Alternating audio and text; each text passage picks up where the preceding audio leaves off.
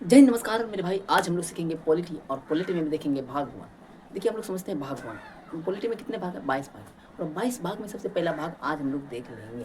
देखिए, पहला भाग में जो है अनुच्छेद कितने से कितने लिखे, इस चीज़ को समझिए। पहला भाग में अनुच्छेद 1 से लेकर अनुच्छेद 4 तक है। आर्टिकल, देखिए अनुच्छेद को हम लोग इंग्लिश में आर्टिकल भी बोल सकते हैं या तो आप अनुच्छेद भी बोल सकते हैं। तो कहीं ना कहीं क्या होता है, ये आर्टिकल जो है 1 से लेकर 4 तक है भाग 1 में। तो भाग 1 को हम लोग आज कंप्लीट कर लेते हैं, पहले समझिए। तो भाग 1 में पहला अनुच्छेद जो है, फर्स्ट अनुच्छेद क्या कहता है, इस चीज़ को समझिए। पहला अनुच्छेद कहता है कि भारत अर्थात इंडिया जो है वो राज्यों का संघ है। अर्थात इंडिया क्या है? वो राज्यों का संघ है। राज्य का एक क्या है? यूनियन है मेरे भाई। राज्य का क्या है? एक यूनियन है। राज्य का क्या यूनियन? अर्थात जो है कहीं ना कहीं क्या होते हैं, यहाँ के जो राज्य हैं वो कभी भी टूट कर अलग नहीं हो सकते हैं। अगर यहाँ का राज्य चाहे कहीं जाने के लिए, किसी विदेशी राज्य में मिलने के लिए, आप मिल सकते हैं भैया? नहीं मिल सकते हैं। क्यों? क्योंकि भारत के अर्थात इंडिया क्या है? राज्यों का एक संघ है, एक यूनियन है। क्या है मेरे भाई? यूनियन है। भारत जैसे देश में ये ऐसी परंपरा है मेरे भाई। और बात करें अमेरिका में ऐसा कोई जो है कि प्रावधान नहीं है। वहाँ के संविधान में ऐसा कोई प्रावधान नहीं है। वहाँ के जो है कोई भी विदेशी राज्य चाहे तो किसी भी राज्य में जाके मिल सकते हैं। वो क्या है, वो उसका जो यूनियन है, उसका यूनियन नहीं, वो क्या है? फ्रेडिक्सन है। उसका क्या है? एक फ्रेडिक्सन है, उसका एक संघ है। तो हमने क्या सीखा? पहला अनुच्छेद, पहला आर्टिकल क्या कहता है कि भारत अर्थात इंडिया ये राज्यों का संघ है। अर्थात इनके जो राज्य हैं कभी भी टूटकर अलग नहीं हो पाएंगे मेरे भाई। भाग 1 में कहता है, मतलब सॉरी अनुच्छेद 1 में कहता है। तो अनुच्छेद 2 क्या कहता है समझिए। संसद जो है, संसद भवन।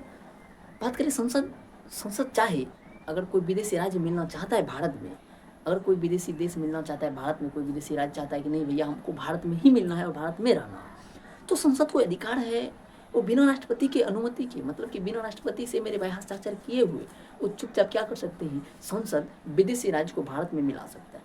फॉर एग्जाम्पल के लिए समझिए, सिक्किम जानते होंगे, सिक्किम जो है ना मिलना चाहा भारत में, तो संसद ने उसको मिलाया। और कहने के क्या होते हैं 35वां संविधान संशोधन। देखिए बात, संविधान तो बन के तैयार हो गया था, लेकिन कई जो है ना पार्ट छोड़ दिया गया था कि कोई भी अगर चीज़ संशोधन करके उसको कुछ भी मिला सकते हैं, या तो किसी भी प्रकार के मेरे समस्या आते हैं संविधान में, संशोधन करके हम लोग उसको सॉल्व करेंगे। तो संविधान में संशोधन किया गया, किसी भी राज्य को मिलाने के लिए क्या करते हैं मेरे भाई, हमको संविधान में संशोधन करते हैं। तो ठीक हुआ कि 35वां संविधान संशोधन हुआ। कौन सा संशोधन हुआ? 35वां संविधान संशोधन कब होते हैं? 1974 में सिक्किम को एक सह राज्य का दर्जा दिया गया कि चलो भैया हम तुमको सह राज्य में गिनते हैं, 1 साल के बाद आपको क्या कर देंगे हम लोग, कहीं ना कहीं आपको पूर्ण राज्य घोषित करेंगे। तब तक आप सहराज में रहिए, देखते हैं आपका विचार कैसा है, आपका स्वभाव कैसा है। इसको जानने के लिए 35वां संविधान 1974 में उसको सहराज्य का दर्जा दिया, और ताकि मेरे भाई किसी भी प्रकार का उसको, वो भारत का हो जाएगा तो मेरे भाई उसको छू लेगा, वो कभी नहीं छू सकता है। इसीलिए उसको 1 साल क्या कर दिया, उसको टाइम दिया गया। आप सीखिए आपका नेचर कैसा, आपको जानने के लिए क्या कर दिया गया, 1 साल उसको टाइम दिया गया। तो आर्टिकल 2 क्या कहता है कि संसद किसी भी विदेशी राज्य को मिला सकते हैं, और उसको मिलाया गया है। सिक्किम को 35वां संविधान संशोधन 1974 में उसको सहराज्य बनाया गया, और अंततः क्या होते हैं मेरे भाई, 36वां संविधान संशोधन 1976 में, 36वां संविधान संशोधन 1975 में क्या करते हैं, उसको सिक्किम को 22वां राज्य घोषित कर देते हैं। कई बार क्वेश्चन पूछे जाते हैं कि सिक्किम कितवां राज्य है मेरे भाई, क्या है? 22वां राज्य। कितवां संविधान संशोधन में उसको राज्य का दर्जा मिला है? बोलेगा 36वां संविधान संशोधन 1975 में उसको कहीं ना कहीं क्या हुआ, राज्य का दर्जा मिला है। तो हम लोग 2 आर्टिकल पढ़े, 2 अनुच्छेद पढ़े। कौन कौन से पढ़े इसको रिकॉलिंग करते हैं। पहला अनुच्छेद कहता है भारत अर्थात इंडिया राज्यों का संघ है। दूसरा अनुच्छेद क्या कहता है कि देखिए ये संसद को अधिकार है किसी भी विदेशी राज्य को वो भारत में क्या कर सकते हैं, मिला सकते हैं।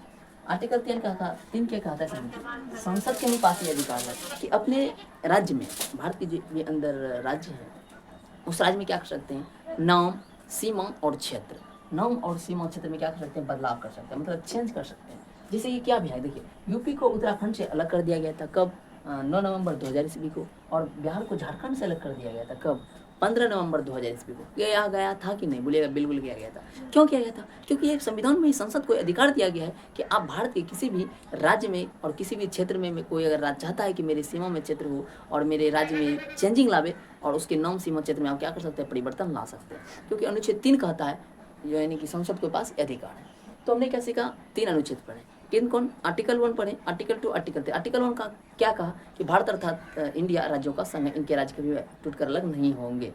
और समझिए अनुच्छेद 2 क्या कहा गया कि संसद जो है वो किसी भी विदेशी राज्य को आपस में मिला सकते हैं बिना राष्ट्रपति के कहने पर।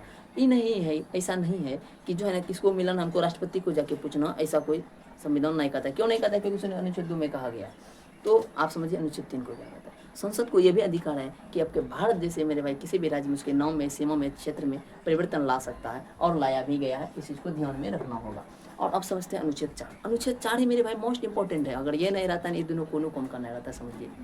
अनुच्छेद 4 कहता है कि देखिए संसद जो है, संसद जब आर्टिकल 2 और आर्टिकल 3 का प्रयोग करेगा ना तो उस समय राष्ट्रपति हस्तक्षेप नहीं कर सकता है, आर्टिकल 4 में कह दिया गया। क्योंकि समझिए राष्ट्रपति का हस्तक्षेप तब कर सकता है जब उसको अनुच्छेद 368 में रखेगा, क्योंकि कहा गया है जो चीज़ 368 में रख देते हैं मेरे भाई, वो बिना राष्ट्रपति के हस्ताक्षर से वो कोई ना कहीं उसके राष्ट्रपति के हस्ताक्षर से वो कोई कम नहीं हो सकता है, क्योंकि इसको 368 से बाहर रखा गया है आर्टिकल 4 को, इसलिए राष्ट्रपति की कोई आवश्यकता, हस्ताक्षर की आवश्यकता नहीं है। यानी कि आर्टिकल 4 में कहा गया संसद जब अनुच्छेद 2 और 3 का प्रयोग करेगा तो इसमें राष्ट्रपति की कोई विशेष अनुमति की जरूरी नहीं है मेरे भाई। तो हमने क्या सीखा, भाग 1 को कंप्लीट कर लिए हैं, भाग 1 में 4 अनुच्छेद हैं, 4 अनुच्छेद को समझ लिए। नेक्स्ट वीडियो में हम लोग पढ़ेंगे मेरे भाई भाग 2 को, और भाग 2 में है नागरिकता, उसको समझते हैं, सीखते हैं, जानेंगे किस तरह से नागरिकता लेना है, किस तरह से नागरिकता देना है, और किस तरह से नागरिकता यहाँ के भारतवासियों को प्राप्त हुआ था। हमने क्या सीखा आज भाग 1, एक बार रिकॉलिंग कर लीजिएगा फिर से तो मेरे भाई याद हो जाएगा। आई होप आप लोगों को ये पसंद आया होगा। मिलेंगे हम लोग अगले क्लास में, तब तक के लिए जय हिंद।